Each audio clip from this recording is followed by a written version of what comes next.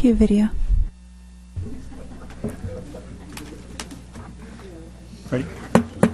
Meeting will return to order. Good evening. It's Monday, November 6, 2017. We are having a city council meeting. I guess it's a special city council meeting because of the change of evening. We have completed an executive session. We move now to an item of special business, Youth Leadership Award recognition, and I welcome up Derek Franklin to kick that off. Mr. Mayor, thank you, Derek Franklin, Police Department, Youth and Family Services, and Mr. Mayor, Mr. Council, thank you. Every now and then, Youth and Family Services has the honor of recognizing one of the youth of the community for some outstanding work. And tonight, I'm here to share with Council really the achievement of somebody else, Hannah Stewart, senior at Mercer High School, who's also a member of the Healthy Youth Initiative and has done several outstanding efforts around the community in terms of drug and alcohol prevention. Most recently this weekend, she was recognized by the State Department of Social and Health Services, the Division of Behavioral Health and Recovery, as an outstanding youth advocate of the year, and presented with a trophy at the state conference in Yakima. We're so proud of Hannah. She has done some amazing work. We're lucky to have her for the rest of her senior year. A few things that she's done include meeting on her own, really diving into the idea of substance abuse prevention, taking several trips back to Washington, D.C., being trained in substance abuse science and prevention efforts. She's worked locally with an outfit called Healthy Generations and produced several training videos and exercises that have been shared around the state, one of which is about a minute long. I'll share with you in a minute. But part of what we do at Youth and Family Services and with the Healthy Youth Initiative is really work hard to recognize youth and provide opportunities for youth leadership. And Hannah, with this award and with some of the things she's done, we felt it was appropriate just really to bring her to your attention. There's some fantastic work being done here on the island among youth, and Hannah's a great example of that. Let me show you quickly one of the pieces that she put together with the help of some folks at Healthy Generations that's right now available on the state website and being shown around the state.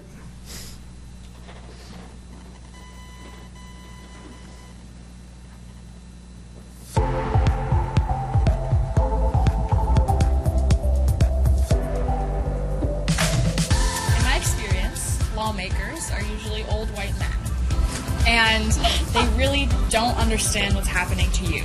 They're sitting in an office so secluded. How are they supposed to be making laws that affect you when they don't even know what's happening to you? So to that I say you have to share.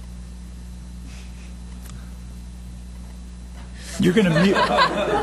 You're going to mute it, right? Because she's picking on us. I thought with somebody under 50 up here, this wouldn't happen. Some of us And that's a great spot for it to pause, too, Hannah. Our apologies to that. If without the ability to help the internet service along, I will just say that, and this will probably pick up in a second when nobody will hear it if there you it goes. sit and you think, wow, these people aren't doing anything that's affecting me. Well, that's because they don't know what to do to help you. If you have a situation, you have to be vocal about it.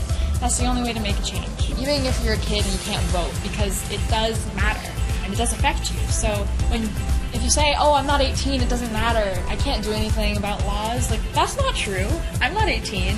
And I think I've made a huge difference by going and speaking to people. You don't need to vote to make a difference in a lawmaking decision or in passing a bill. You don't need to vote.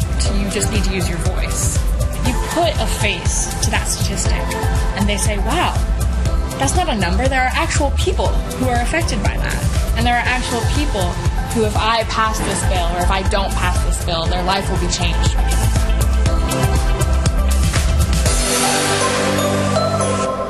So, except for the technical glitch, that's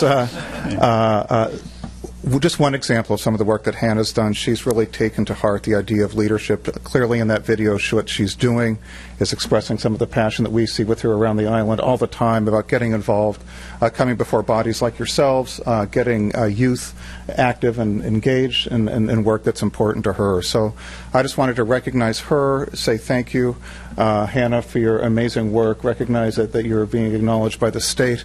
She had a great story to tell. She helped produce a marijuana, driving under the influence of cannabis prevention video.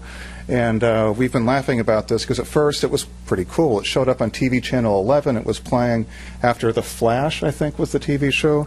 And she told me the other day, said, Derek, someone just stopped me and said it showed up on ABC. And then tonight she said, hey, it showed up in a movie theater. So it's but really, Hannah, it's work like this that I think deserves recognition. So congratulations.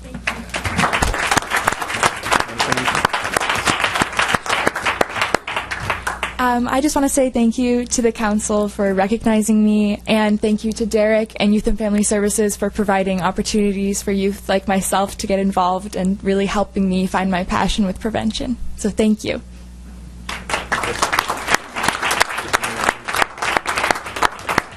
I think we're going to have a quick photo here.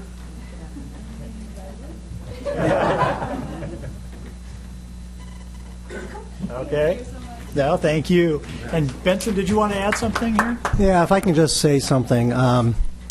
First, I think the island is just blessed, and we should just recognize how blessed we are with talented and caring young people. And I think as adults, we don't do this enough, but wherever we can support and encourage our young people to pursue whatever endeavor they have, we need to do so. But, I think it's appropriate sometimes to give a special recognition, and that's what we're doing here tonight. And, one thing that has impressed me about Hannah is that given her youth, despite her youth, she has shown several years and just a deep commitment to working with youth, not just on the island, but off-island, on trying to prevent substance abuse. And I think she's to be commended. I'm glad that the state has recognized you. I'm glad that the City Council has. And again, just thank you so much for your hard work. So thank you.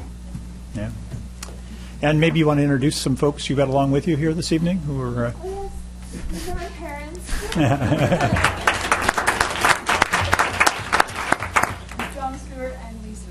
Very good. Yeah, thank you.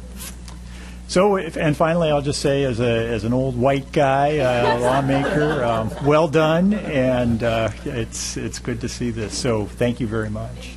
Yeah. All right.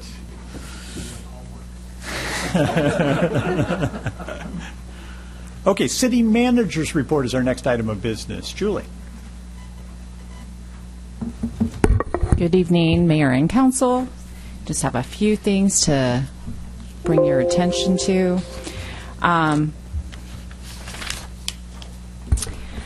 Open enrollment for Medicare plans started on October 15th and ends on December 7th. For our seniors out there, if they have questions, they need assistance, we urge them to contact Youth and Family Services Senior Services Specialist Betsy Zuber to schedule an appointment. Call 206-275-7752. In addition, many of you may know about this already, but the Affordable Care Act open enrollment is happening now, and that will go through January 15th. For local enrollment sites, contact the Public Health Seattle and King County at 1-800-756-5437.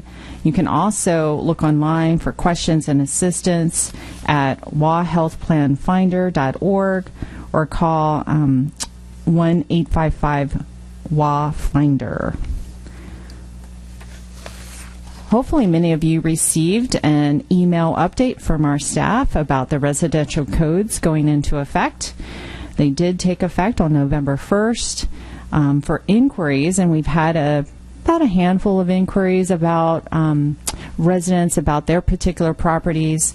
They can always contact our permit center at City Hall at 206-275-7605. Our staff, I think as long as they have a property address, they can definitely give you some more specifics about how the updated codes might impact your property. In addition, we're holding a series of information sessions here at City Hall for building professionals, specifically residential code overview. We've got one taking place on Thursday, November 30th, and on Tuesday, December 12th. Those are both at 4 p.m. And then specifically, because our residential code did include quite a bit of changes about protecting our trees, we have a focus on trees, and that'll be on Thursday, December 7th at 4 p.m. Our fall recycling event was a success. We served over 530 vehicles. We collected nearly 53,444 pounds of materials were collected. That averages out to about 100 pounds per vehicle. Really excited to hear that Youth and Family Services also received about 450 pounds of food pantry items and also collected approximately $1,600 in cash donations. So we want to thank all of our residents who participated and, of course, all of those who donated to Youth and Family Services. Wanted to bring you up to speed on a few of our parks projects. So many of you may have seen our Island Crest Northfield. The lights are in. The contractor, so the final subgrade work is wrapping up. We have an E-layer, or basically the shock pad, that starts this week, and the Southfield lights will be inoperable the last week of November, so they can switch out those electrical panels, and the contractor is expecting to finish by mid-December, and we're hoping to have the big grand opening celebration with our first high school varsity game in March. The South Mercer Playground, I had noticed when I went by there, I was like, oh, we're fenced off. What's going on? In fact, we have the first delivery of equipment that arrived last week, and we have 2 more deliveries expected in mid-November and beginning of January, and we expect the playground to be done by mid-February.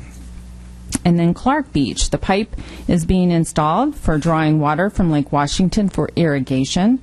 We expect to have the water rights fully developed by spring of 2018, and we also have similar lake water irrigation projects in process at Groveland and Luther Burbank Park that will be built as part of other projects at those sites.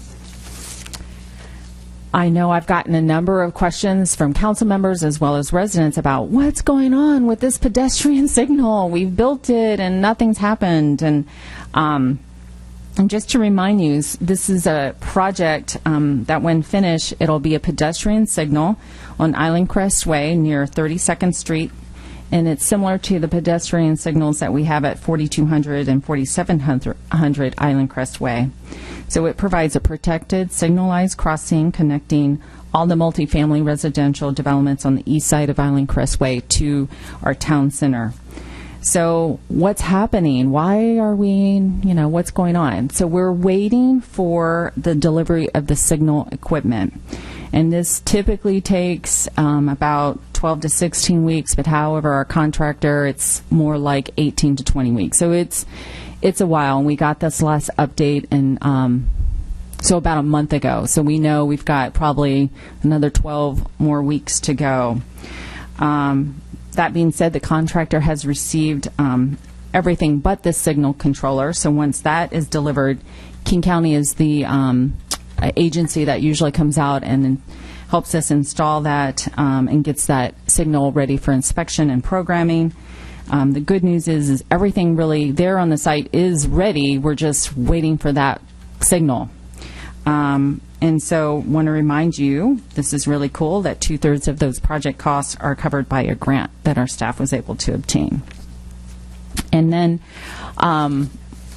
this is exciting. You might recall this summer we had a incident on one of our 630 shuttle buses. They're all being upgraded. So I'm excited to see that. They've just been delivered. They're now getting painted. When do we expect them to be operating? Do you know? Probably in the next week. Okay. So we expect them to be on the road replacing those old shuttle buses in the next week or two. So it's exciting to see those finally being upgraded. Hopefully we won't have HVACs or air conditioners falling on people. Are they bigger? Are they bigger yes. than the other ones? So they'll have a great capacity too. Oh, great. Mm-hmm. Okay. And then just want to remind everyone, please help the city and help actually just your own neighborhood by cleaning out the storm drains. As you know, this is kind of our season for fall leaves falling down. It really helps reduce, obviously, localized flooding. If we see storm drains, if you see major blockages, please call the city. Don't hesitate to call us at 206-275-7608. But most importantly, we want to make sure that, and of course, only rain down those drains. So, thank you. So we don't have a moment for public comment yet, but we're about to have one. Well,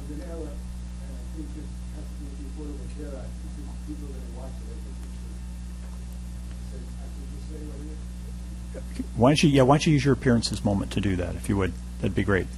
Okay. Yeah. So thanks. We'll be happy to have that correction. Okay, we are going to move now to appearances. So it's a time when anybody may address the council on any issue they wish. You have 3 minutes. Please begin by introducing yourself and giving your address. I do want to make a couple of special comments here. So first, the general comment, the complicated rules of engagement are on the back door, but they do boil down for the most part to just please be civil. But the additional comment I'll make this evening is that we are now 24 hours away from the end of an election season. It's been a very passionate time in the community, of course, around what's been going on.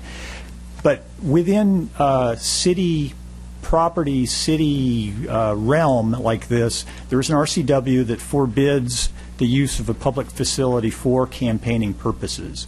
So if your thought tonight is to champion or say good or bad things about anything having to do with the election, I'll have to stop you. So please curtail that. So with that, and Carrie, you'll wade in with me if we get to that point. With that, we are open for public comment, and welcome. Mayor, members of the council, my name is Rich Hill. Thank you very much for allowing me this opportunity to speak to you this evening. I'm here, you want my address, 701 Fifth Avenue in Seattle. I'm here to speak to the regular business item. And Ellie, could you run the clock for us? What's that? Yes. Yep. I'm here to speak to regular business item 2, the preliminary comprehensive plan docket, item 8. I'm land use counsel for Strom Jewish Community Center, the French American School, and Herzl near Tamid. They are the owners of 18 acres on East Mercer Way, adjacent to I-90. I'm sure you're all familiar with that property. It is already improved for private, commercial, recreational, and spiritual uses, and the property owners are hoping to work together and with the city to develop a comprehensive plan amendment that would enable them, in, again, coordination with the city, to plan future development and improvement of their properties. This is a very early stage in the planning process, but they do want to be upfront with the city and work with the city to get a designation that could work. Currently, these properties are a comprehensive plan and zoning. I don't know how else to describe it, but other than as a mishmash of R8.4, R9.6, B, and CO zoning. The comprehensive plan designation, if approved by the city, ultimately would allow for an overall cohesive designation that will allow the properties to be worked together in a rational way. The proposed designation is private community facilities, and it would enable development of a master plan with design guidelines that will include private school, religious institution, and nonprofit community and recreation facilities within the plan designation. It is consistent, the proposal is consistent with existing land use goal 17.4, which provides that these types of private community facilities are essential for the mental, physical, and spiritual health of Mercer Island. Of course, the stakeholders tonight are not asking the council to take action on the merits of the proposal, but rather to respectfully place this on the planning staff's work plan to study in the year 2018, next year. And of course, with Mercer Island process, the issue will be thoroughly vetted and studied by staff, planning commission, the SEPA process, public hearings and meetings, and ultimately, of course, consideration by the council. The representatives from Strom Jewish Community Center and the French American School are here tonight if you have specific questions, but we will not take your time more than that unless it's helpful to you. Thank you. Thank you. Welcome. Welcome. Thank you. I'm Lloyd Gilman, Island resident. I noticed a residential stormwater vault in a neighbor house. And I said, great, you can water your lawn with that. Can't do that. Subsequently inquired, city says, can't do that. Why is that? American Indians in the state of Washington have a battle going on about whose water it is. So the city dare not fuss with that. But we're using lake water? I suppose that's pure and the vault water might be contaminated or something. Why can't a resident use that water for irrigation, I wonder? Thank you. I assume somebody on staff will get back with an answer to that question. Welcome. Welcome. Good evening. Suzanne Scone, 2834 60th Avenue Southeast. Long-term resident, town center business owner, past planning commission chairperson, and current board member of the Mercer Island Chamber of Commerce. But I'm not speaking on behalf of the Chamber of Commerce tonight, although I do speak to a lot of business owners in the town center. I sent you an email last night requesting a study be done about retail and transit parking in the 2018 for 2018. And I stand by that, but I have two corrections that I wanted to come tonight to make. First of all, I don't think it should be even called a retail transit parking study. I think it should be called a mobility study, because I don't think the city's priority is parking cars, it's moving people. So I'll stand by, I'd like to make that correction. And then I would stand by my suggestion of expanding the parking zone so that we can change some of the parking standards on streets in the town center that are not being utilized well now. They're being parked up by people in apartments 24/7, and those parking places are not available for employees, for users of businesses, or for customers of businesses, such as the Freshies grocery store or restaurants on the island. The parking just is not available. The second item I mentioned was parking north of the park and ride parking. And I'll pass out this map because I had prepared, I found two items. One, the map I got off the website is incorrect, and I used that when I said there was probably more parking available. So all those streets are zone permit parking, although the map shows some are not, that says no parking. So I did go over there today, and I drove those streets, fully expecting them to be completely parked up with commuter parking. And lo and behold, they weren't parked up at all. There's tons of parking there, within 1 or 2 blocks, or less than 2 blocks, of where you would catch the bus. So I just wanted you to be aware that, I kind of got sucked up into what I heard on Nextdoor, which is not always true. So I took the time to go look at it myself. And I found out there's a lot of parking there, which makes me question, makes the need for doing real studies important. I don't know the solutions to these problems. I'm asking that we take our money and spend it wisely by learning what the needs are in the town center and building appropriately. So I guess oops, my time's up. So you've read the rest of it. Thank you very much. Thank you.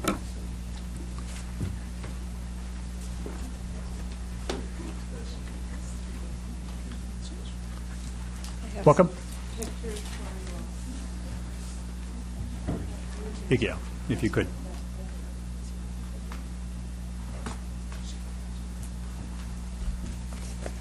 So this thing should be turned off, I think. Have I already started the time? You're running now. Yeah, we're down 10 seconds. Oh. Okay. Thank you, Mayor Bassett and council members, for the opportunity to express some compliments and concerns about the upcoming decision to be made by you, a very important decision, whether or not to accept the hearing examiner's recommendation to approve with conditions the Pratt Long Plat subdivision.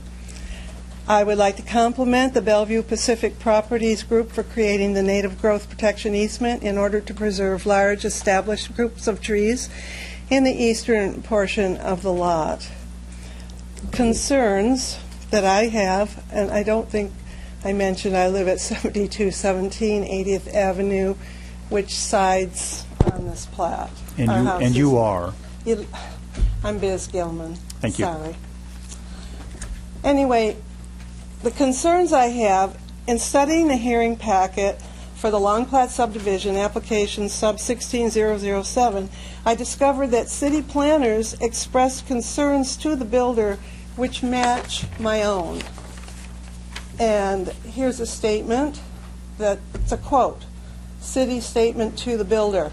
I am concerned with the road damaging trees on adjacent private property. Have project arborists comment on ways to lessen damage to adjacent trees and come up with a plan if roots are damaged enough to destabilize adjacent property. And that was May 2017, section 15 on page 5. I'm concerned that I haven't seen a reply or a follow-up plan. I have these pictures that we can look at. In the pictures, there are two big Doug firs on private property where I live, and the planner or the builder has them numbered. They're number 29 and number 67. And if you look at your pictures, the very first picture shows easement. They are not on private property. That's this one right here. Okay, those are going with the road.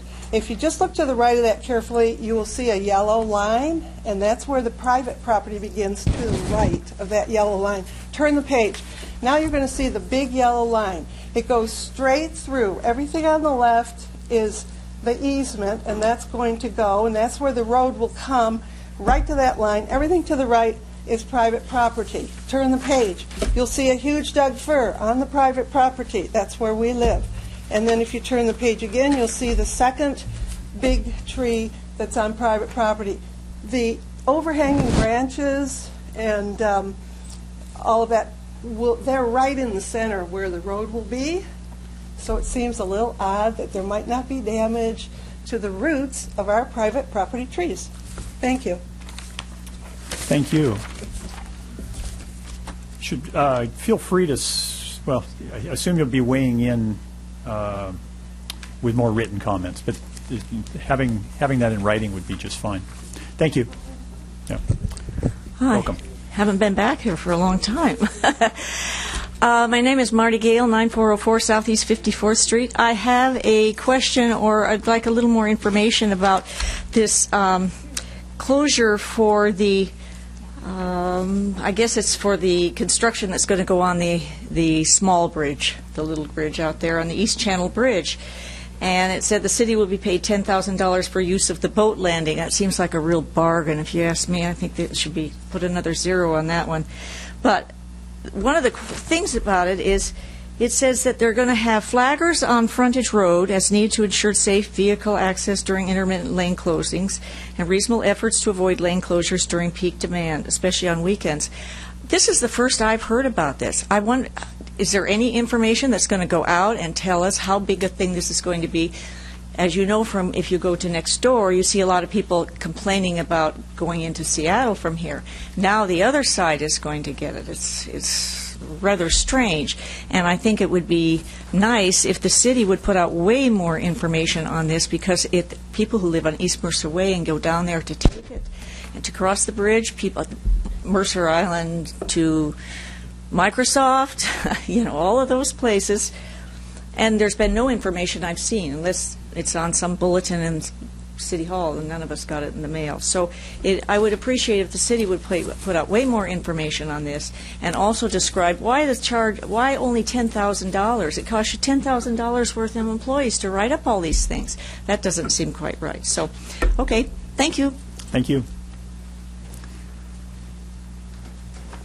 Welcome. Thanks. Al Lippert, 4052 94th Avenue Southeast.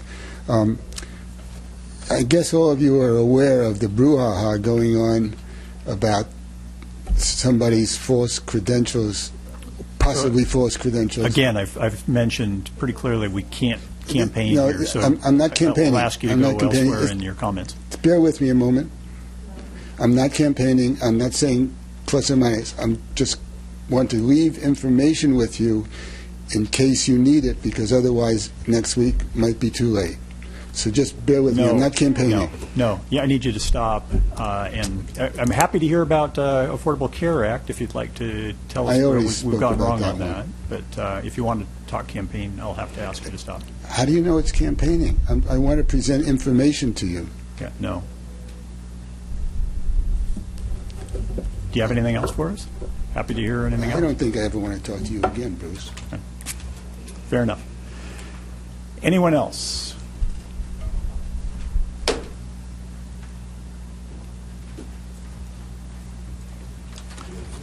Welcome. Ellie, could we start the clock? Thank you. Hi, Rob Dunbabin, 2745 73rd Avenue Southeast. I grew up on Mercer Island, went to high school here. I moved to Mercer Island when I was in elementary school. My parents, my mother sitting there, they brought me here to help me afford a better education. I returned to the island with my wife so that my 11-year-old son could have the same opportunity that I had. Following a new addition to our family, we have a toddler. I found a larger home on the island, and for the same reason. As is the case of most island residents, education is important to my wife and I. More important than education is our desire to impart values with our two children: character, honesty, and integrity. My experience is that people respect these traits when judging people more than education. People who are dishonest or lack character lose their neighbor's respect. There has been much hand-wringing about civility as of late. A letter circulated by the three of you Friday lamented Okay, now I got to ask you to stop. Yes. I'm sorry. Excuse me. RCW 42.17a.555 restricts campaign-related speech in a public forum. Well, okay. Can I say anything else? I'm not going to talk about the letter that was sent out. Or? Talking about the letter is talking about issues related to the campaign. I got it. Letters moved on from. Credible institutions are trusted empirically. People do not fear that banks will lose their accounts. Homeowners do not lose sleep worrying that recorders' offices will obliterate their title overnight. Students do not spend 4 years and pay tens, if not hundreds of thousands of dollars in order to earn a degree that may be erased without a trace. Okay, I got to ask The you to city stop needs again. public trust in its Sir, leaders. Sir, I'm going to ask you to stop here. Okay. Thank you, Mayor Bassett. Yeah, thank you. you. Deputy Mayor Bergman. Anyone else? Welcome. Can I get a point of clarification, Mr. Mayor? I want to talk about the vision for the council for next year on 3 issues. I think you're within the realm of reason with that. So I didn't do this on my own. I listened to people. So am I okay to start now?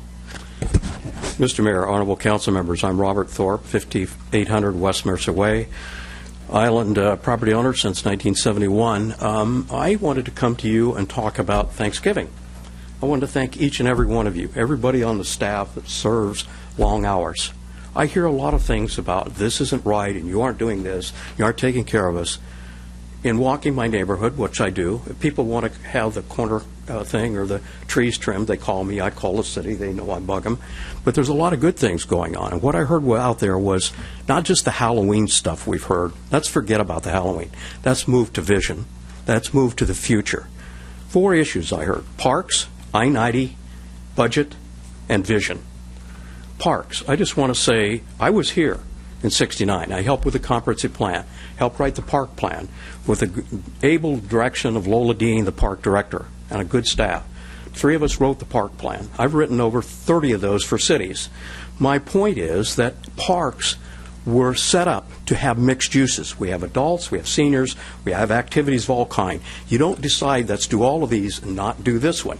So I'm saying that what I heard is, why can't we do these things? I think you can. I think I'm an expert witness. I think I spent a lot of time on those things. There is a precedent for mixing of uses. The Boys and Girls Club, who many of you work for, I worked for the school district to get the parking right, then helped them get the permits and served on the board. That's a mix between the school district, the Boys and Girls Club, and the city. So there is precedent. As a former SEPA official, I think a mitigated declaration of non-significance is appropriate. I-90, I've heard a lot of stuff about our council hasn't done this or you haven't done this and you've neglected us. City manager, I was here when the multi-party thing was written. We had 5 or 6 other parties.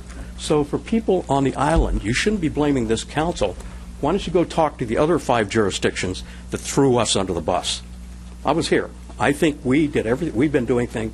I think the city manager, the city attorney, and this mayor and past mayors have been doing that. So I think there's it's very important that people understand that. That's what I heard from my neighbors is, why has this happened? Why isn't somebody? My answer was that. My final thing was the budget. We've got very, very capable city manager, finance director. When I watch here, I think we've got one of the best finance directors in the state. There were budget challenges. You're all smart people. There's smart people in this community serving on boards and commissions. You'll figure it out. That's your vision. So finally, I would ask you to have a vision. You think forward. Think of Thanksgiving. Think of what we have, not the negative Halloween stuff that's been going on. The people in my neighborhood want you to lead. They want you to be positive, and they want to get away from the negative. Thank you very much. Thank you. Anyone else? All right, seeing none, I will close appearances. Thank you. Okay, we move now to the consent calendar. We have several items on it: payables, payroll, minutes from October 3rd and October 17th, and Agenda Bill 5354, 5358, and 5356. Is there a motion to approve the consent calendar? So approved. So moved. So moved. Sorry. Second? Okay. Anybody to pull anything? Then all in favor signify by saying aye. Aye. Opposed? Motion carries unanimously. Great. We move to regular business. We have just one item of regular business, which is Agenda Bill 5359. It's the 2018 Comprehensive Plan Amendment Final Docket. And welcome, Evan.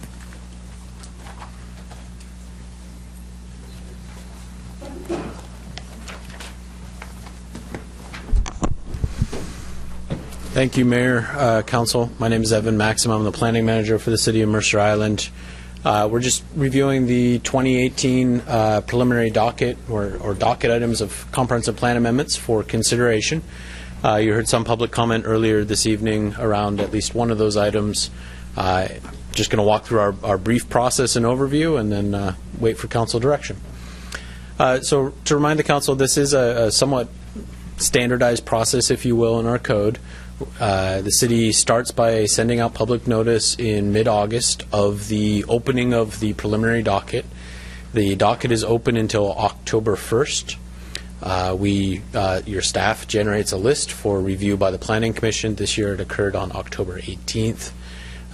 We took this forward, their recommendation forward to you tonight, and we anticipate beginning review, of course, January 1st of 2018.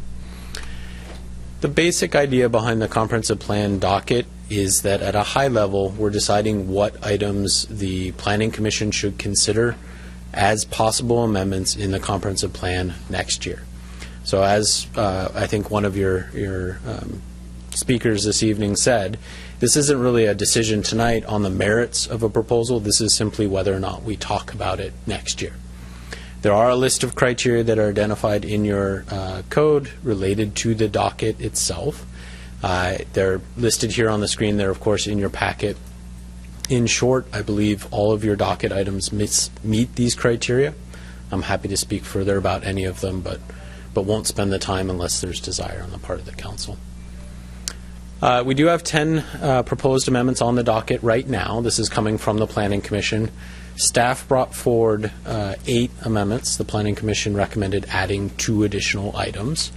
7 of these amendments are really amendments to the text of the comprehensive plan. 1 is an amendment to the land use map. We do have at least 1 placeholder on the list right now, which is related to our critical areas update, which is scheduled for next year as a code amendment. We do have the private proposal that was spoken to earlier this evening. Two, what I would characterize as technical amendments. One's related to transportation planning and our concurrency ordinance and modeling. The other is related to updates in our budget related to capital facility planning. And then, of course, we have two amendments that were proposed by the Planning Commission for your consideration this evening. One is for essentially disaster preparedness or disaster recovery, and the other is around universal design and accessibility. I've broken this list across 2 slides. I hope the council doesn't mind. These are the first 5 items. Again, unless there are questions, I'm going to zip right through this list. I haven't heard very many questions to date by the council. The first 5 items moving, through item 7 were proposed by your staff, largely as housekeeping. Sir. Yeah, Evan, on number 4, can you just explain to me what the King County Public Benefit Rating system is? The King County Public Benefit Rating System is actually an implementation, if you will, of the Washington State Open Space Taxation Act. The basic idea here is that we're protecting or conserving land from further development. And it breaks down at the state level into 3 categories: open space, natural resources, and agricultural land. Natural resources really is typically forest land. So on this island, we would primarily focus on open space. Basic idea is that property on the island, of course, is taxed at the highest and best use. So if a property owner owns, say, 2 acres with a house on it and wants to retain a portion of that property in a relatively undisturbed state, they are paying higher taxes on the portion of that property which might be retained as open space, forest land. What the public benefit rating system does is it reduces the property taxes on that portion of the property that's set aside in a tax conservation easement, and you can actually reduce your property taxes by up to 90%. The horse club that's associated with Pioneer Park, and I've forgotten the name of the club, I apologize, the Saddle Club, has taken advantage of this program over the past few years. What this proposed amendment would do is essentially build policy support in our comprehensive plan for this kind of open space conservation. Am I okay to move on to the next portion? Okay. Please. So my understanding is then that that's something that carries forth with the property. It is. So when you sell it, it's designated still in some public benefit. It's essentially an open space protection easement. If a property owner wants to remove that easement, they can do so. They have to pay up to 7 years of back taxes. So if you're going to record the easement, it really only makes sense to do it for a long period of time, presumably 7 or more years, at which point you accrue the benefit. Okay, thanks. As far as the program goes, to actually enroll on a specific property, to encumber it in this fashion, requires both City Council approval and King County Council approval because it affects your property taxes. So it's a relatively rare thing, but it is a good tool as far as open space protection goes. So we did this already. I'm sorry. Go ahead. We did this already a few months ago on the Sunnybeam property, but you want to have a comp plan provision just to give you some backstop on it? I think there's some thought that creating conservation tools, that was maybe more of a nonprofit type situation. Creating this kind of conservation tool broadly, maybe for some of our private property owners, would make sense. Sure. Items 6 and 7, again, I think are fairly straightforward amendments proposed by the city staff. Item 8, of course, is the one that Mr. Rich Hill spoke to earlier. This would be a comprehensive plan amendment and likely some, or would be a zoning map and code amendment accompanying it. And then the Planning Commission, as I mentioned earlier, has added 2 other items onto this list as part of our work plan. Can you, going back to the new land use map designation, so that's something that anybody could use anywhere on Mercer Island if they so chose? Or are we actually creating it and then defining what it is? Can you walk us through exactly what the ask is or what the process here would be if we were to move forward? I apologize for moving too swiftly. The proposal, I believe, from the French American School, the SJCC, and Herzl Nurtmead, is to create the land use designation and the accompanying zoning changes, if you will, as applied to those specific properties. If the City Council or Planning Commission ended up recommending expanding that land use designation and zoning category, if you will, to other properties that might qualify on the island, that is something that they could do, the Commission or the Council could do. But that wouldn't be part of the scope that I think those properties, Herzl, Nurturmead, the SJCC, and French American School, have put forth. So if the Planning Commission or the Council decide to go there, we'll probably look at how to bifurcate the two amendments, one specific to this site and one maybe looking at other properties where it might be appropriate. Wendy? So, Evan, for the public's benefit, could you just quickly recap what 6 and 7 are? Item 6 is a very broad statement around developing support for cultural arts on Mercer Island. There are a couple of different things that this could entail. We've had a lot of conversations about the Mercer Island Center for the Arts, but there's also contributions we have in our capital facilities budget for arts as part of our capital facilities planning. We have the sculpture park along I-90. We have other types of things related to land use where we could explore this type of policy. So at a very high level, it's simply just looking into developing goals and policies related to cultural arts on the island without a specific goal statement. Items, I'm sorry, you said 5 and 6 or 6 and 7? The critical areas. The critical areas ordinance update. So on the current DSG work plan, we have the critical areas ordinance update scheduled for 2018. Recall this was part of the council budget last year. That update, of course, will involve a number of different components.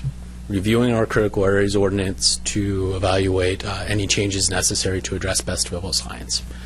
Looking at how we balance best available science protections and property owner rights.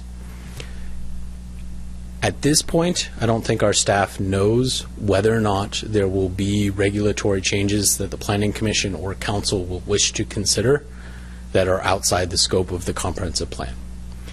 So item 7 is simply a placeholder so that if comprehensive plan amendments are necessary to support a desired council action or recommended Planning Commission action, we can propose those amendments to the council for your consideration with the code amendments for the critical areas protection. And that'll put us in compliance, right? I understood that we're out of compliance because it needs to be updated? We are past due on our compliance update, yes. Okay. Other questions on the current list, items 1 through 10? I think onward. So I do have a recommended motion. I did receive a number of emails from council members related to specific suggested items to add to the comprehensive plan amendment docket. I have those on the next slide if council members would like to refresh their memories. I will make the observation that we do have a fairly full docket already, and I'm a little worried about running out of Planning Commission meetings. But with that, I'll turn it over to you, Mayor, both for the recommended motion and then, of course, any amendments to that motion. Can you remind us, Al, including the people at home, what a STAR community is? I probably won't do this a great deal of justice. The STAR community assessment, though, is really evaluating Mercer Island's sustainability efforts at a very high and broad level.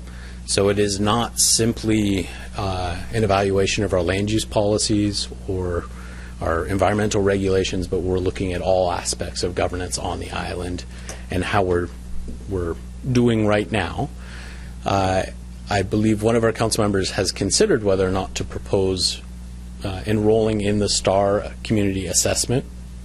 And the idea here, it's kind of like the LEED building or the green building, if you're familiar with that concept, except it's more broadly based. So by way of example, Mercer Island right now might be a 3-star community. And the council may decide that you want to set a policy or a goal to be a 4-star community by a certain time. And then we would look at evaluating what types of changes on the island we might need to make to meet that goal statement. So, Benson, go ahead. If you. This is a general question. I mean, as you mentioned concerns regarding staff or the planning, not staff, but probably staff and the planning commission. So if we continue to add more items to the docket, is there a process for prioritizing these things, or how does that work in terms of trying to figure out which ones to actually tackle? So for this evening, it's really identification of the list for consideration next year.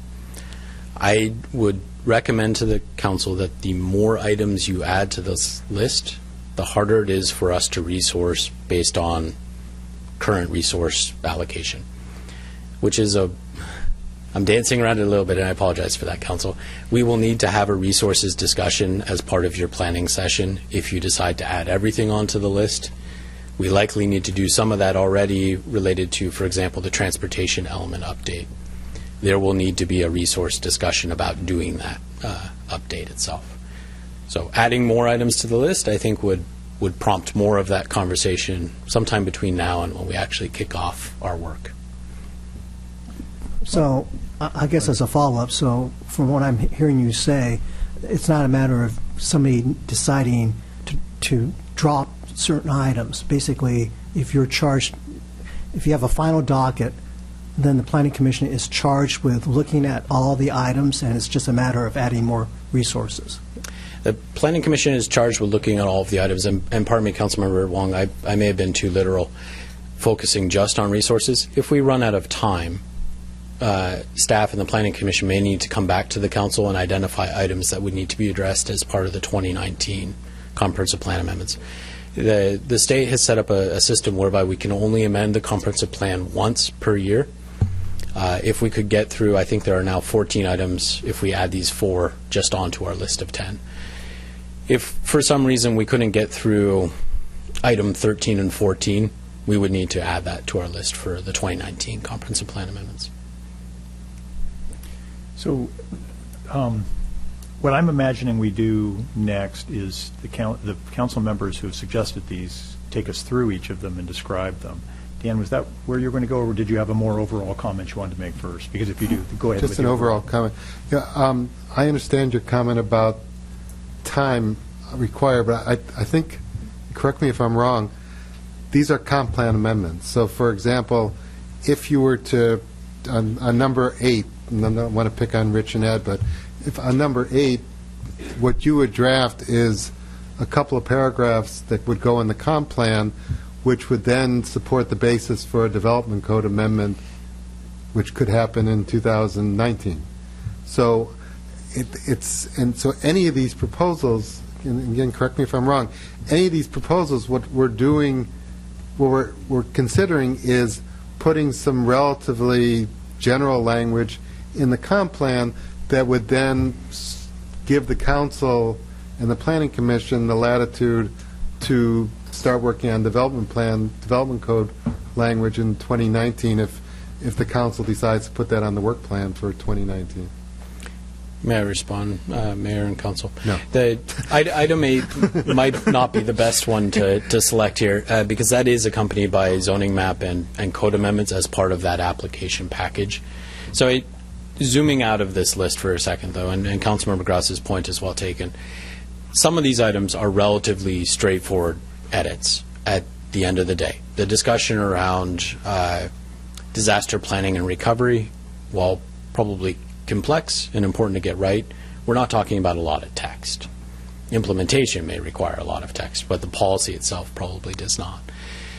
There are a couple of big items on the Planning Commission's work plate already, and this is really what I'm thinking of when I say adding more may add some challenge to our time. The critical areas update, in my experience, in my estimation, is probably on par with the residential development standards update that we just went through, which dominated a lot of the Planning Commission's time. The proposal by the SJCC, the French American School, and Herzl-Nur-Tamid, that set of code amendments will also require a chunk of Planning Commission time. And we realistically, at most, have 26 Planning Commission meetings in a year. So that was the nature of the concern on the Planning Commission's part. To Councilmember Grouse's point, some of these items are easy easy items to add in terms of a policy, and then implementation could follow at a later date.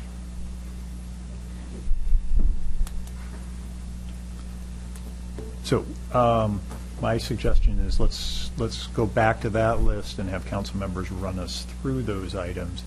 Evan, are you okay with that order of events rather than get a motion out and then try and add things by Robert's rules as an approach?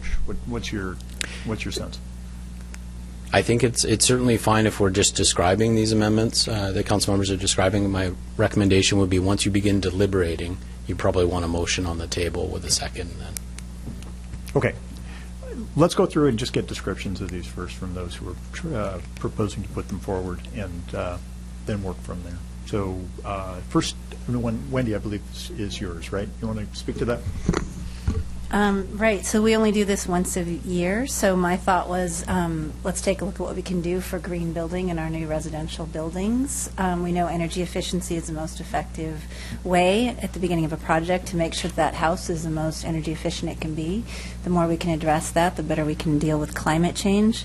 I know we have renewed interest in re-engaging our sustainability subcommittee, and this is on that list that Ross is holding in terms of potential city goal. So codifying energy efficiency into our housing element in 3.19 of the comprehensive plan, which encourages energy efficiency and other measures of sustainability in new and preserved housing, I think makes perfect sense given our sustainability goals, given that it's low-hanging fruit, and given that we just updated our residential code. An incentive might be helpful to get this done.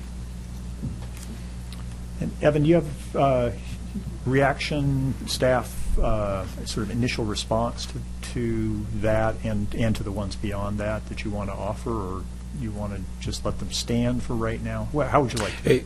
So, Mayor, I'm familiar with the first two items and certainly understand the second two items that are proposed here.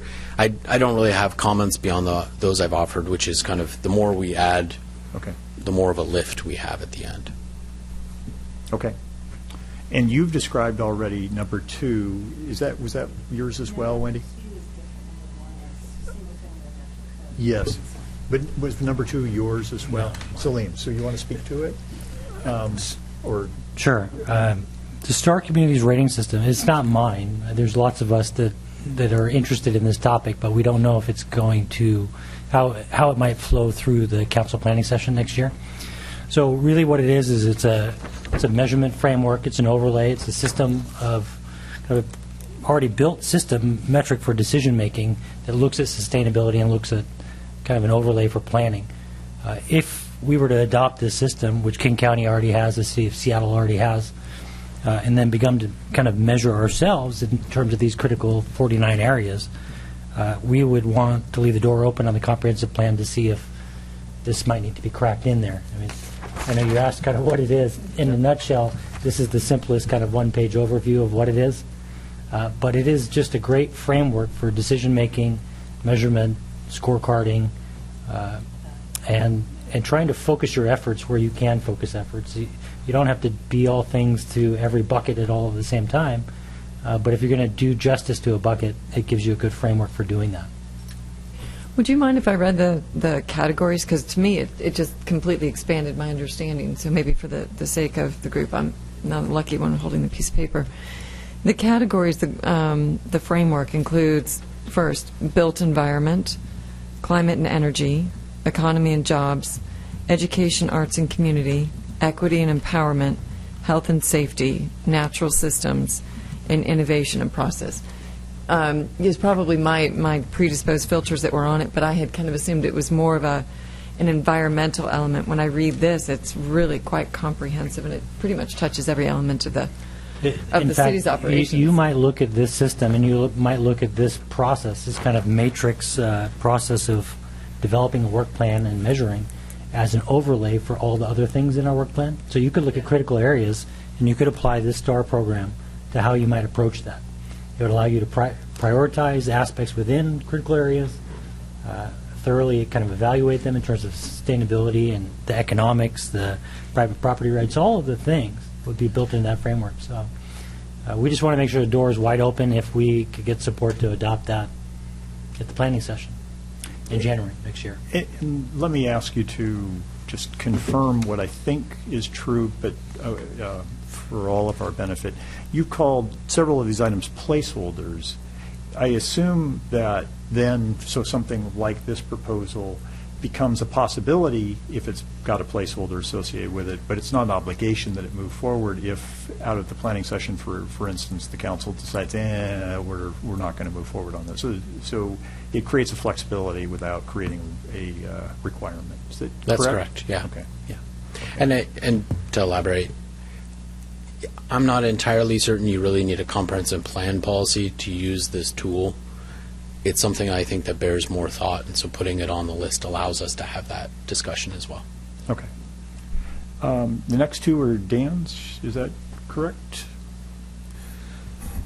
So, the first one is dealing with something that I think, the council's aware of because of other discussions that we've had as to the reasoning behind that and what you've heard from the city manager on the issue. We have right now a town center development code which I'll call pretty inflexible, and having been one of the people who worked on it, I take as much responsibility as anyone for that's where we ended up. But we have a development code which basically says, we won't consider, if someone comes to us, a developer or a property owner comes to us and says, I want to do a great public plaza, or I want to do commuter parking, or I want to do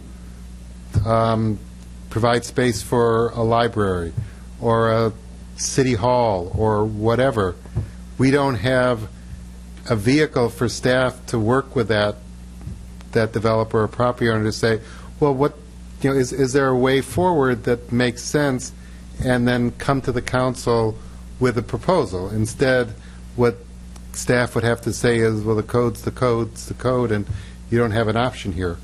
And I'm not sure what the right way to handle this is, but I would like to see the council give itself, at least give itself a mechanism, let's say, set the groundwork for giving itself a mechanism where it can actually be responsive to interesting town center development options if and when they arise, rather than just have staff in the position of just saying no. So I have no preconceptions of what this might look like, but I think, you've all heard from Julie as to her concerns on this issue, and if she wants us to talk about it in public, I leave it up to her. But that's what the first one's about. So do you want to? I can answer questions about that before I go to the second one. Sure, if you'd like. Julie, you're on the spot if you'd like to be, or over to Evan. Thank you. So one of the things that's part of the council goals is to implement the town center plan, and so I have been working with a consultant, Bob Stowe, in looking at our town center plan and also approaching possible investors as well as the property owners in town center. And some of the feedback we've received is, and Councilmember Grouse said this, the code is pretty black and white. There is no flexibility on maybe doing some trade-offs where you might allow for some greater height, like say, for example, in the town center 5 stories, maybe allow for 6 stories if there was some other public amenity or contribution of some kind. So there isn't even the ability in the town center code to negotiate something like that with the private, with a property owner. So I appreciate this potential review. Obviously, docketing it doesn't mean you're accepting it.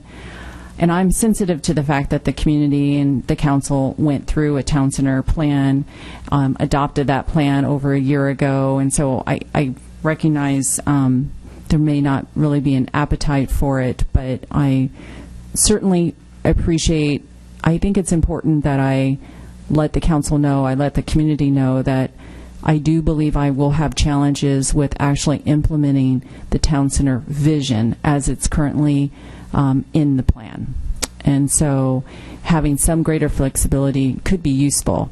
And again, I think this is about looking at it, studying it.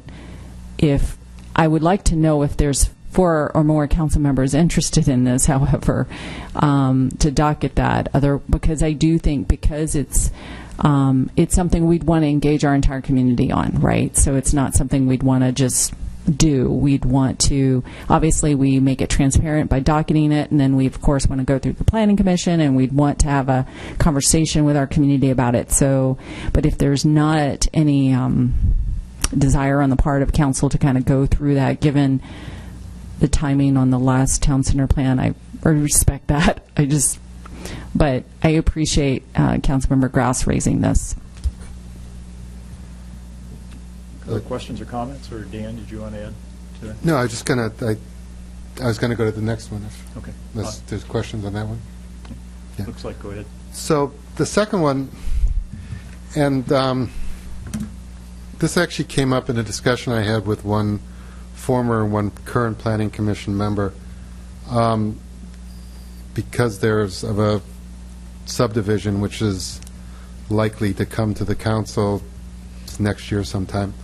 And so they were asking the question, are there any PUD, planned unit development options that are available to developers and property owners? And it turns out our code does have one. It's just one section in the subdivision code, which actually allows you, if you take, say that's a R8400 zoning, and if you could build 20 houses on the property, you can actually dedicate a portion of the property for a public park and instead build 27,000 square foot lots. So that already exists in our code. The one thing that our code says, however, is that you're still limited to 20 lots. So, and which sort of explains why no one has ever used that provision in our code, because why in the world would you trade 20 8,400 square foot lots for 27,000 square foot lots? It just makes no economic sense. So the only way that that provision could ever work would be as if our code would say, well, then if you go to 7,000 square foot lots, then you can put 25 lots in. So, and then things might potentially pencil out. And I'm just throwing numbers out there. I'm not saying that any of these are the right numbers. But so right now our code doesn't have that opportunity. So, you know, we've talked a lot in this council over the last several years. We've called it affordable housing. We've talked about housing for seniors, or seniors being priced out of housing. We're talked about, you know, workforce housing. But at the end of the day, you know, it all comes down to what's the housing going to cost. And I don't like using the word affordable housing in this context because that's not what I'm looking for. I'm not looking for 60% of median income. I'm looking for more of the, and I'll call it workforce housing because, I mean, that's what we've talked for our police officers, for our firefighters, for our other city employees, for our teachers, for our school district employees, people who might be able to afford a 7,000 square foot lot but not afford an 8,400 square foot lot. Again, the numbers are what they are. But the point is that I would like the council to at least put on the docket something that would be, you know, for discussion of a policy which might facilitate a revision to the PUD ordinance, the Planned Unit Development Ordinance, which could actually make it a viable ordinance. And I don't know whether Evan feels you even need the comp plan amendment to do that, but I think it's an important subject, and I mean, my suggestion is only in the context of subdivisions. I'm not talking about rezoning existing neighborhoods, but you know, there are some subdivisions, long plat subdivisions, which are going on, and this is an opportunity, and and I would encourage the council, you know, to at least allow a community discussion of this issue. Debbie? So first, I'm going to ask: is this? There's been a lot of discussion, at least in past years, about cluster housing. You know, where you've got sort of a shared park area, and every individual home is smaller. Is this potentially part of that? It would be, although our existing PUD ordinance says that the park area has to be public park area, so it wouldn't be just limited to the homeowners. So you'd have to there'd have to be a true public amenity. And then the second question is, and I'm thinking back to those. There were some tough conversations about the utility property, and I think there was reference in the comp plan to experimental housing or something that it sounded a little bit odd, but I believe that is still in the comp plan, is it not? And how would this, if it is still in the comp plan, how would this compare and contrast to that? There is some language, and I'm forgetting the exact term, but experimental is in the right ballpark. It's the pilot project thought, and that might be one flavor of the amendment. I think Councilmember Grouse is suggesting, or maybe a permanent amendment would be appropriate. I just want to be transparent that planned unit developments can mean a very specific thing in the land use world. So this would be something that the clarification the Councilmember offered is helpful to help me understand kind of where we're going. I don't believe you have a lot of specific comp plan language related to planned unit developments, or what I'm kind of taking away from this amendment, which would be specific subdivision flexibility, if you will, related to specific public amenities. Yeah, well, please. I don't want to monopolize. There were some, so we have some homes, single-family homes, down on the south end near the QFC shopping center. And my recollection there was that there was some distinct effort made to actually reduce the lot sizes down there, with the idea that then there would be some degree of affordability. I don't know, the extent of that, which it penciled out from are those houses more affordable or not? But is that something that would fall into this category now? I have to admit, I don't know the particulars of the project you're alluding to, so without investigating it further, I can't answer that specific question. If I understood Councilmember Grouse correctly, we were looking at maybe playing with the lot sizes and the density in return for a defined public benefit, public amenity. And that, insofar as affordable housing or less expensive housing, or however you want to characterize it, or even the cottage idea or clustering idea, meet that defined public benefit that the council would need to articulate, it could fall into this kind of PUD type approach. Okay. I think I would want to understand more if what went on down at the south end would be something that would fall into this bucket or not. But I'm happy to follow up, Deputy Mayor. I just don't know. No, I can appreciate that. Thanks. Wendy, and then looks like Benson, you were going to... So I think this is more of a question for Dan. So you're suggesting, instead of taking a property and dividing it as we are now to the certain number of plats, right, that we make the plats smaller to allow for more housing? The plat is the entire land. The entire area. thing. And the lots within it. So now if it's zoned R8400, right, you could potentially end up, instead of 8,400 square foot lots, you could end up with 7,000 square foot lots. So you would end up with, or 6,000. That's really ultimately up to the council how they draft the development code. But right now, as I said, our existing ordinance says you're still capped out at, if you could do 20 lots at R8400, even if you decrease the size of the lot and create a park, you can still only do 20 lots. So, that's why I said, so no one takes advantage of this, because there'd be no reason to do this.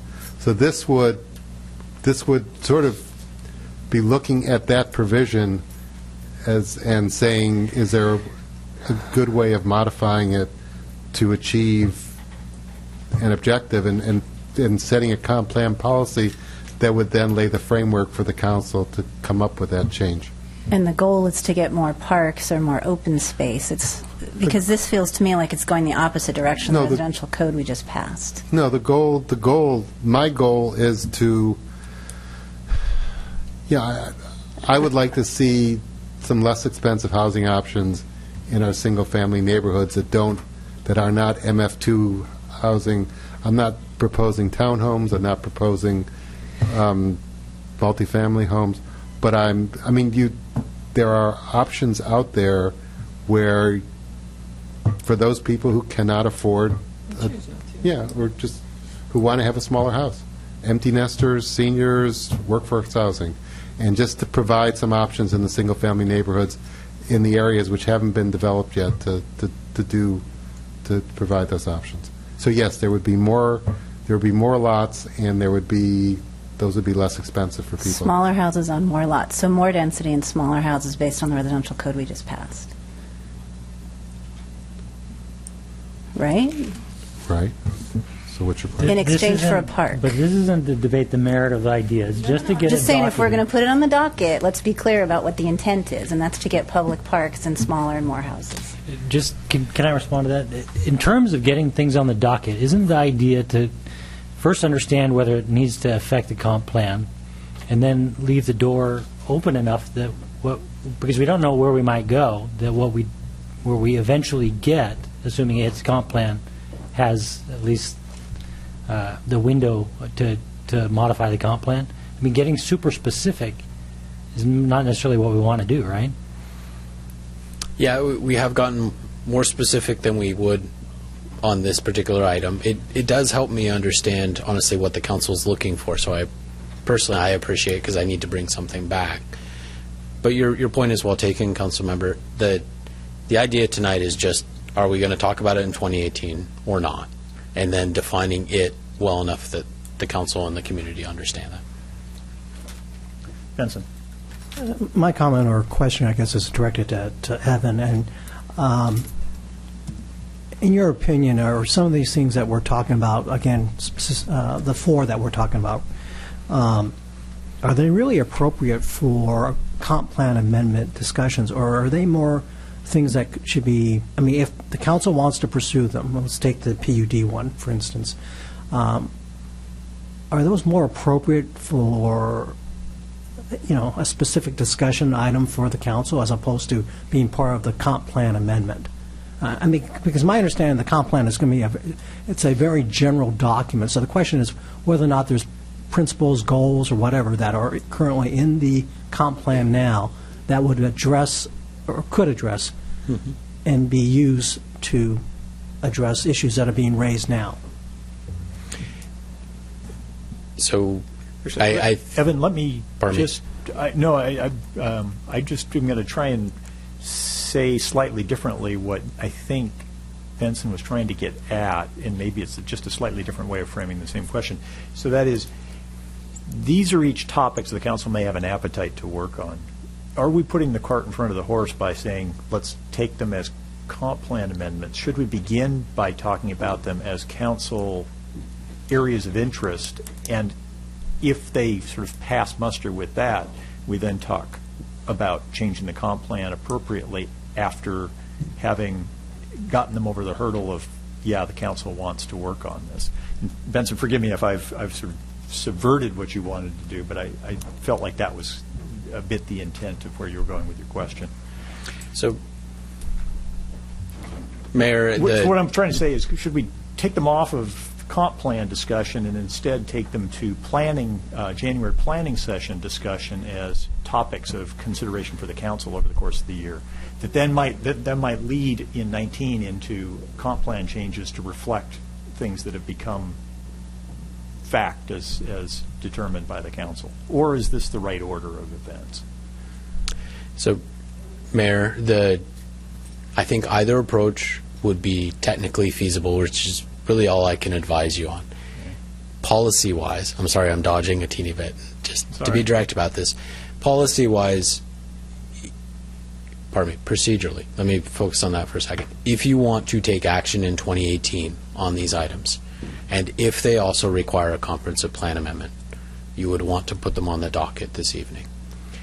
If you are not confident you want to take action on these items in 2018, then the approach that you just articulated, that is discussing the item at the planning session and then adding it to the subsequent year's comprehensive plan amendment docket, would be a more measured approach. So the discussion, for example, around the PUD item, I would anticipate will require some public input and comment and discussion. If you put it on as a placeholder here and then say, we're going to talk about this in 2018, our job as staff, of course, is to then set that conversation up for you unless you tell us otherwise at the planning session. If you decide that you want to talk about it in 2019, then maybe you want to talk about it at the planning session first. Okay. So, Benson, I feel like from the look you gave me, I missed your question. If you want to re-ask it, go ahead. Because I think Evan. I think Evan responded. He's very good at dodging. No, he's very good. He's very good. Obviously, he's saying that either way would work, and so it's just a matter of whether or not we want to put it on the docket or not. And I'm not sure. I can see putting it on the docket because it just, even as a placeholder, because it's going to force parties to the commission, planning commission, and then perhaps the city council to have that discussion. So I'm okay with it. I just thought that generally, my concept of the comp plan was, again, it's a very, general document. And so all the stuff, it's just not the PUD. Just some of these other things are very technical in nature, and I just think that perhaps it's better suited through a different process. But it sounds like it can go either way, is what Evan is telling me. So, Okay, I think I've been getting subtle signals, and if I misread them, let me know. Yeah. But it was Dan, then Wendy, then Salim, in that order. So two things. One, what has happened in the past is that after things get put on the docket, staff then reviews it and may reach the conclusion that no comp plan amendments required, and then they will drop it off the docket. So that happens automatically. So I think this is, all we're doing is saying, the first thing we're doing is asking staff, take a look at the comp plan, and do you think we even have to put something in the comp plan? If they say no, then it just drops off automatically.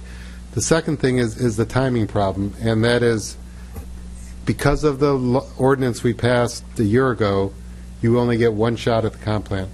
So every year, and it's in December of the year. It's in November or December.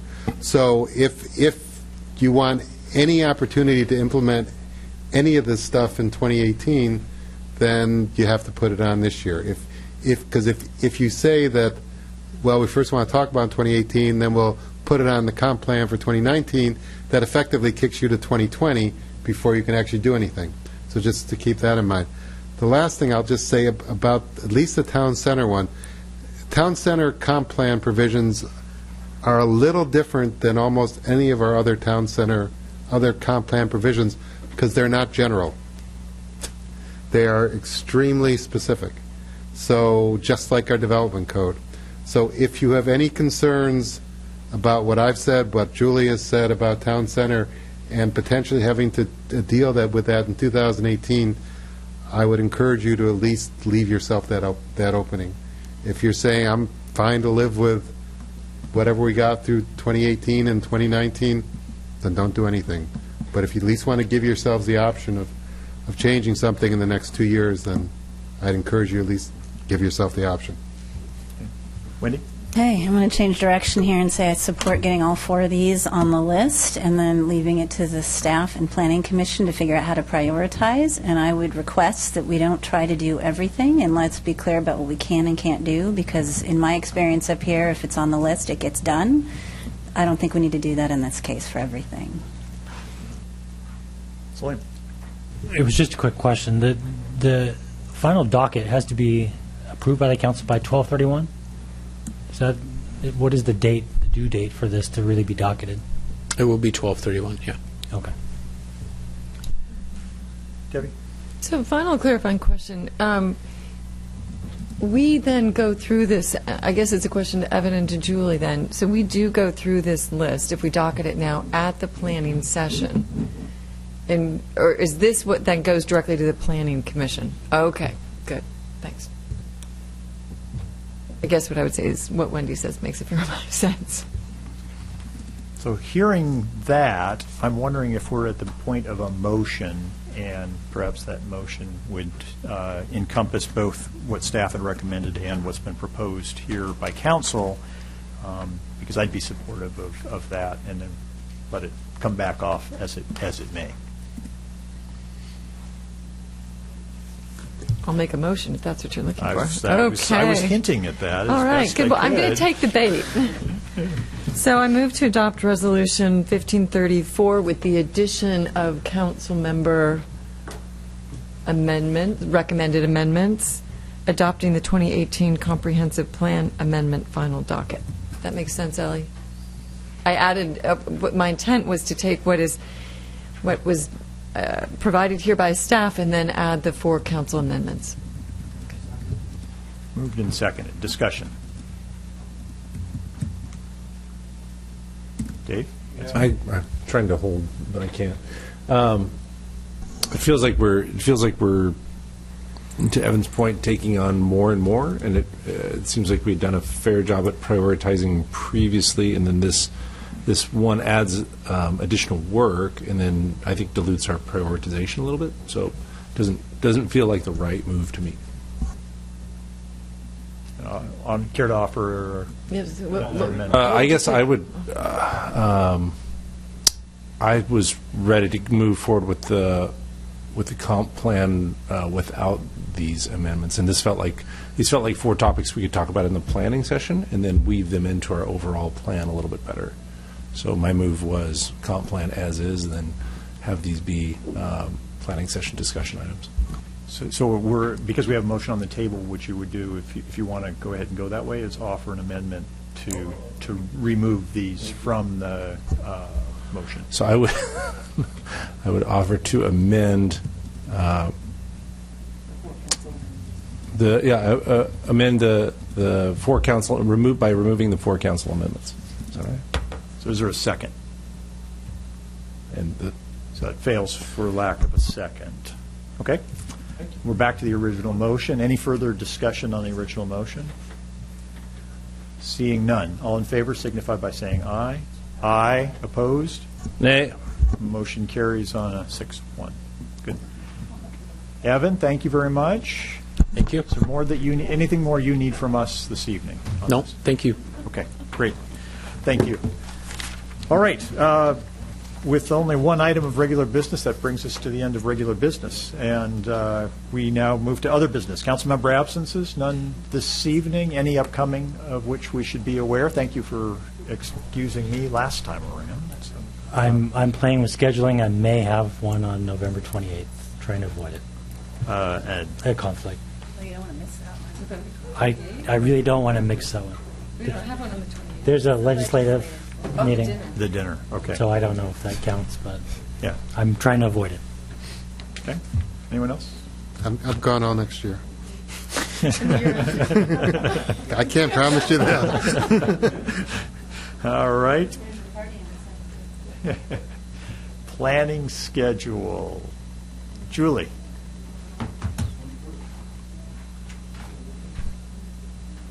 Actually, I will be absent on your November 21st meeting, and I just want to call your attention to an agenda item.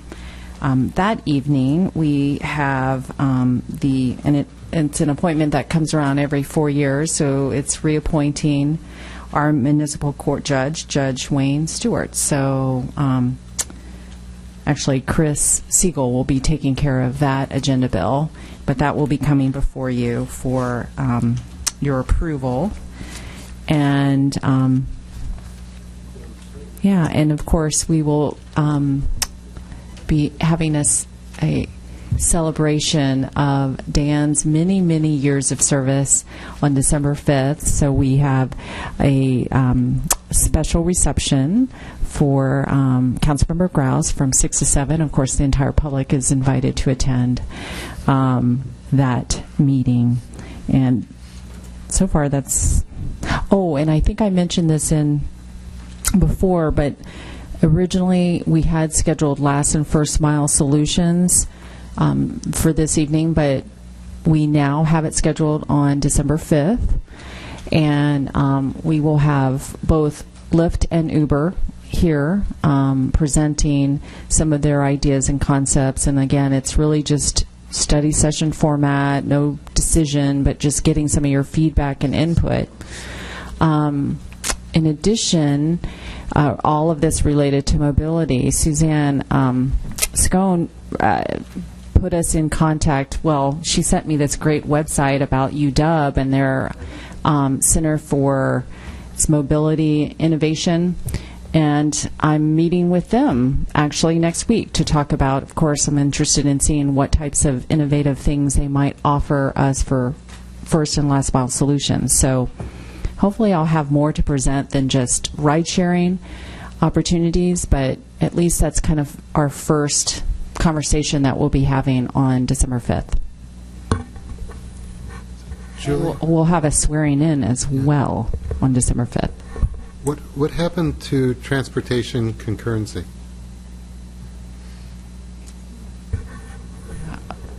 Carrie's telling me it's due to come back in the spring. We do have some LOS as a result of the traffic mitigation. And right now we're looking at scheduling the traffic mitigation meeting. I believe we're looking at, it's not the 28th because we have the delegation dinner, November 29th with Transpo and our staff going out to the community, revealing the data. And we also have a commuter survey that will be going out. We'd like to post the results of that commuter survey at the November 29th meeting as well. So I know part of the transportation concurrency was trying to get updated LOS numbers. So we're still doing that and finishing that up. And so it looks like that'll come back to the council in the spring. So the thing with Transpo is part of the original 50,000 of their contract, or what are? Right. This would really more or less close out that contract. Once we have the community meeting, we've gotten some proposed project ideas, and then that would more or less close out that work. But that's all within the first 50? Right. Okay. Mm-hmm. Do we, anything else on the planning schedule from your perspective? So does it make sense, council, tonight, and Carrie and Ellie, for us to go ahead and formally say that we're not holding the second December meeting to get that squared away? Or is there any reason for us to wait to? It would be good to square it away if the council already knows what its intention is about that meeting. Okay. So I'm assuming there's no appetite for holding that meeting. Oh, I want to have it. I want one more meeting.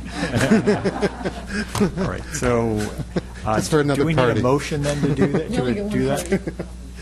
Yes, a motion, a second would be great. No hesitation there. All right. All in favor signify by saying aye. Aye. Opposed? Nay.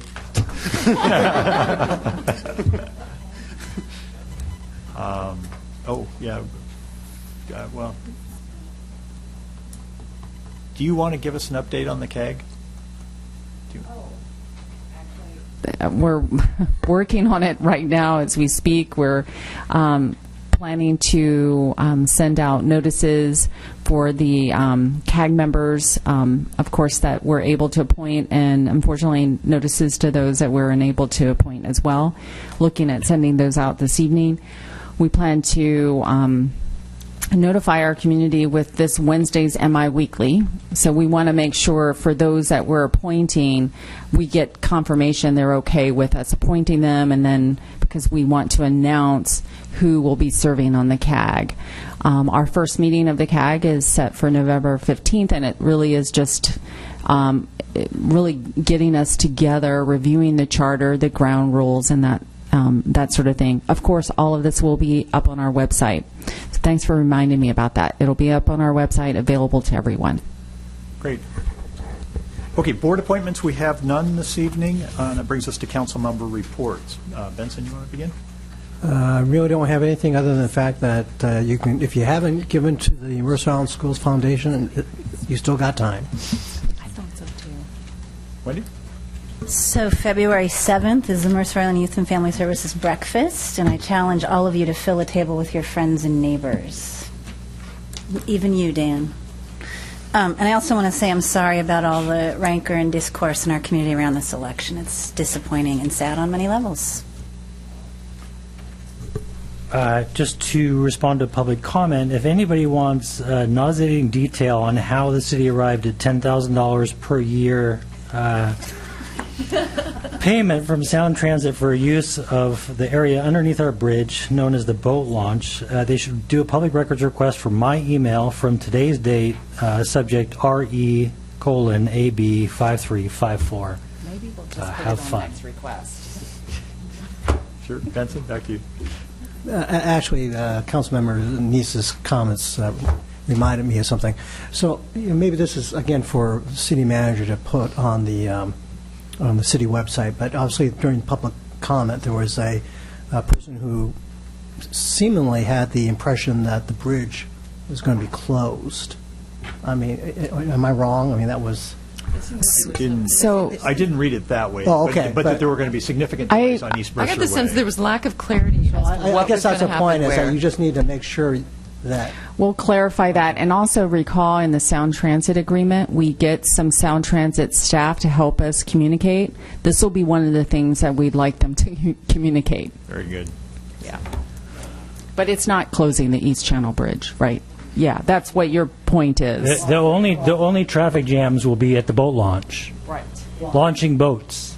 That's what I understood. Not commuting, unless you commute by. Debbie, nothing. Dan. Two things. One, first, encouraging everyone to vote before tomorrow.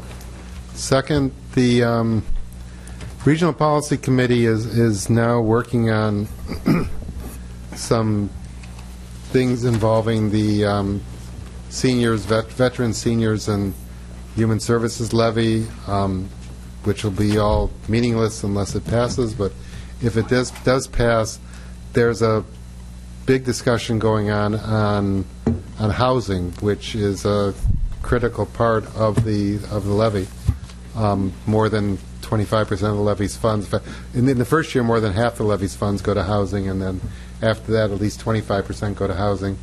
And I and the other Sound Cities members have been pushing the county very hard to change some of the language in the implementing plans to get a better fix on, or a better procedure for handling housing. Because, again, as some of you have heard me say a couple of times now, after serving on the Joint Recommendations Committee for 2 years, it's a mess.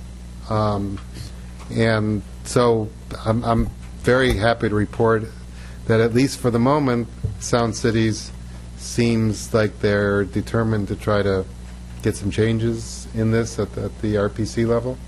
Time will tell whether that, when push comes to shove, whether will actually do it. But at least there's some good proposals going around, which should, if they do get implemented, would, I think, move us forward on the housing front for county programs. Dave? So I've been traveling and haven't been involved in any particular meetings, but I do want to point out, and Dan reminds me of this with his comments about RPC, that now is the moment to apply for board and commission positions with the Sound Cities Association. Our membership with Sound Cities affords us that opportunity to participate in those boards and commissions, and your volunteering to put yourself into those positions is what then links you and links our city to the broader community and gives us a voice at the table in those things. So I encourage everybody to volunteer yourself for at least one or two of those boards and commissions. compare notes with others as to what they're signed up for, because they don't, continents having more than one person from any given city apply for the same board or commission. So if you apply for something somebody else is already applying for, they'll push that back and say, no, you city figure it out before it comes to us. But I encourage everybody to make themselves participant in that process. Personally, I have and have asked to continue to serve on RTC, the Regional Transit Committee, which has a county oversight of Metro, and PSRC Executive Board, which is the highest level entity that has oversight of PSRC, or regional or metropolitan planning organization. But there are lots of others. Dan, you've been on and are stepping down now, obviously, because you're leaving the council from what? From Regional Policy Committee, from Joint Recommendations Committee, and from the Puget Sound Clean Air Agency Advisory Committee. Okay, so those are all positions that we've had a voice at the table on, which we will lose with Dan leaving, and but there are plenty of others as well. Debbie, you've been on GMPC. Okay, Growth Management Planning Committee. Okay, so think about it, and that's all I've got. Thank you. So with that, we are adjourned. Thank you all.